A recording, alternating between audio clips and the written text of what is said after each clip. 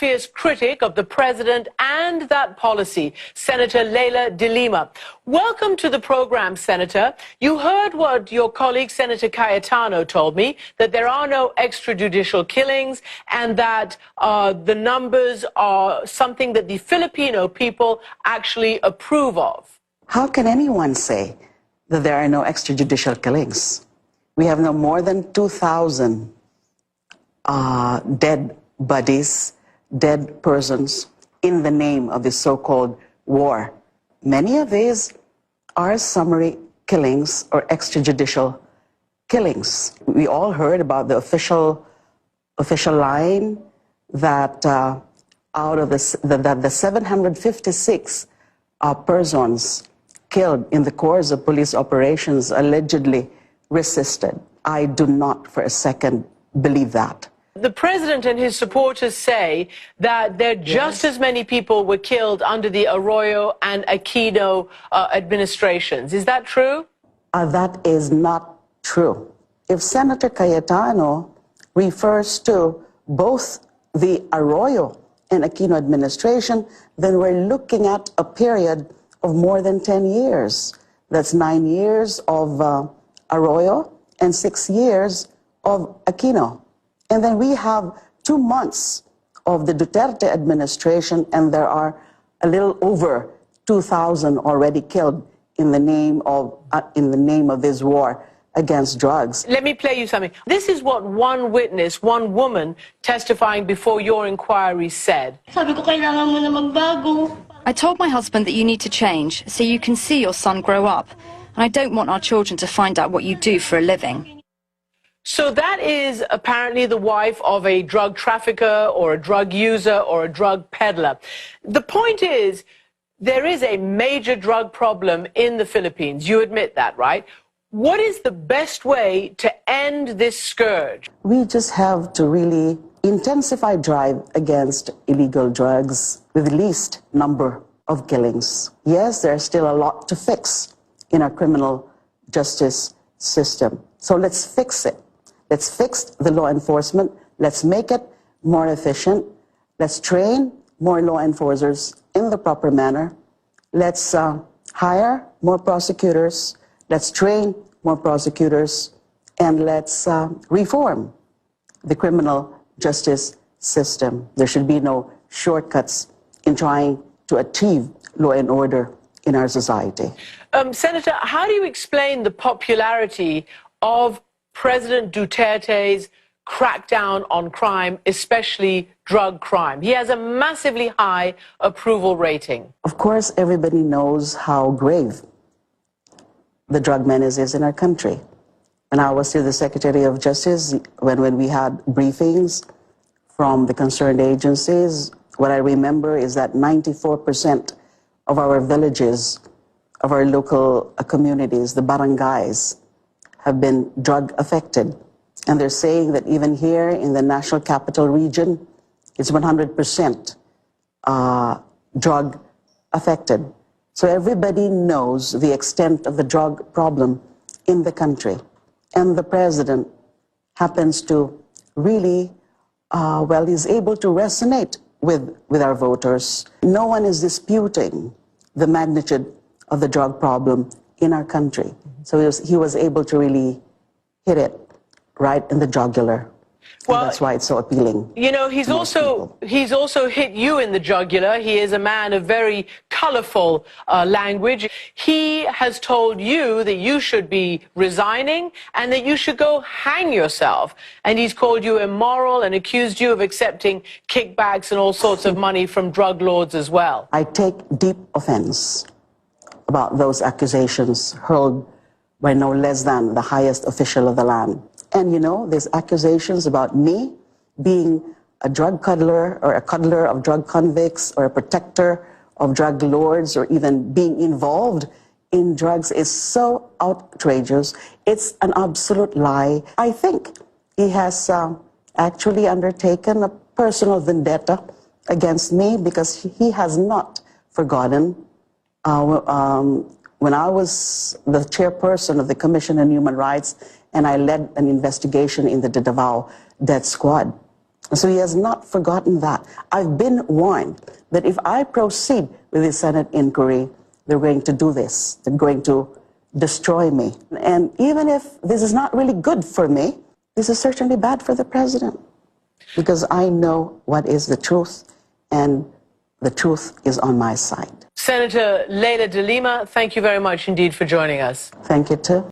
Hugely popular on the streets with voters, but they have also brought scathing criticism from Parliament. I've been speaking to people on both sides of the debate. First, Senator Alan Peter Cayetano, a fierce Duterte backer who says this violent period of law and order is a necessary phase.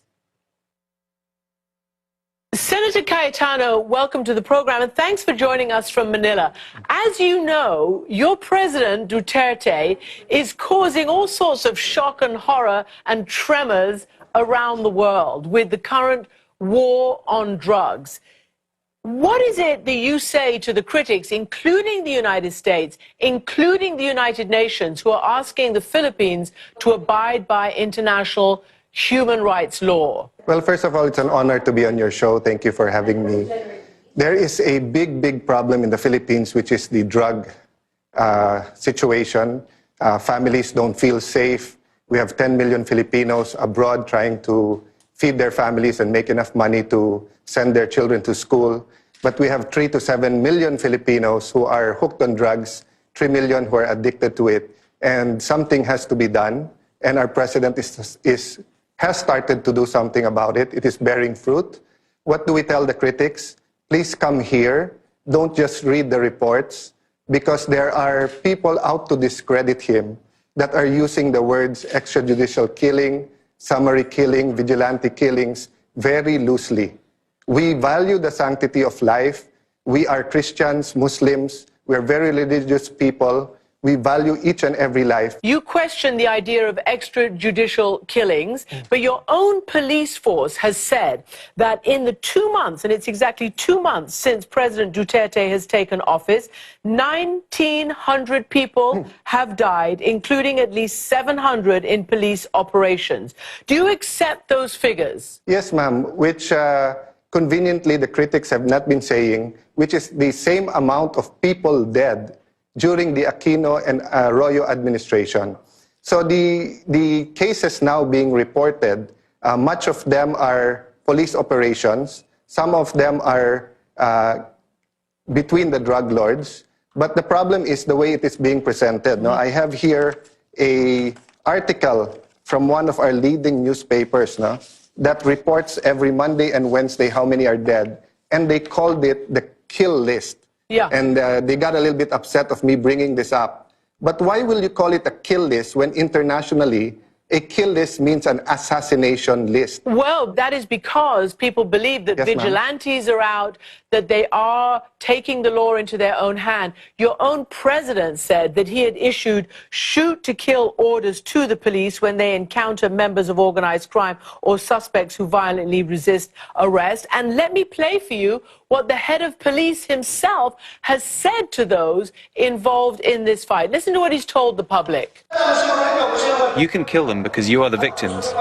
Go to them, pour gasoline on their houses and burn it down. Show them your anger. Senator, you know, go to them, pour gasoline on their houses and burn it down. Show them your anger.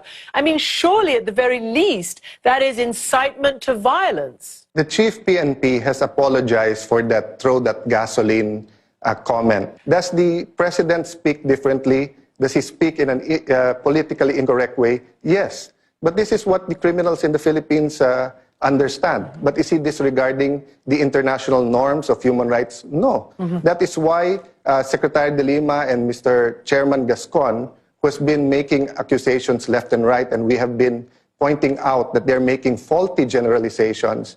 We have pointed out that every case they have stated has been investigated, has either been is in the courts or is being prosecuted. Senator, I hear you. Obviously, you're referring to a special inquiry that's been opened by that Senator Lima, who we are going to speak to, regarding these killings, because there are many, including, as I said, the United States and the UN, who object to what is going on, despite the way you describe it. What do you think your president will say to President Obama when they meet at the G20 next week? As I said, the U.S. has asked for the Philippines to respect human rights and international law. Well, no one can really predict what our president will say, but look what he does. Remember, ma'am, the president has admitted that there are policemen who are into drugs. He has admitted that there are rotten cops. So despite how the president is portrayed and despite how he speaks, he's a man of contradiction. He's a very peaceful man. And ma'am, may I just communicate this to our friends in Europe and the US. This is not going to be the norm. President Duterte is a reset button. It is an offensive against the drug lords. It is a clean-up process, no?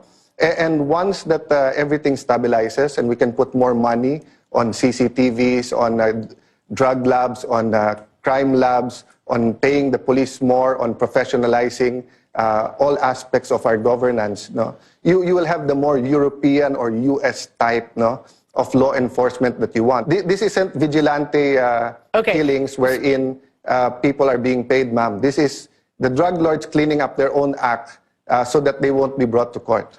You know, in some instances, young children have been killed when shots have been fired by police through their households as the police hunt down potential targets. That picture that you showed went viral. The guy is some petty drug user and, according to his wife, not a drug lord. But I want to ask you this finally. Are you sure this will work? Because, as you know, in neighboring Thailand, they tried a very similar thing back in the early 2000s. A huge crackdown, an offensive against so-called drug lords, and drugs continue, and the pushing continues, and the trafficking continues. And as you know, in Mexico, decades of going after drug lords and kingpins, and tens of thousands have been killed, and it still carries on. So is this the right method? Well, ma'am, in Singapore, people love the law and fear the law.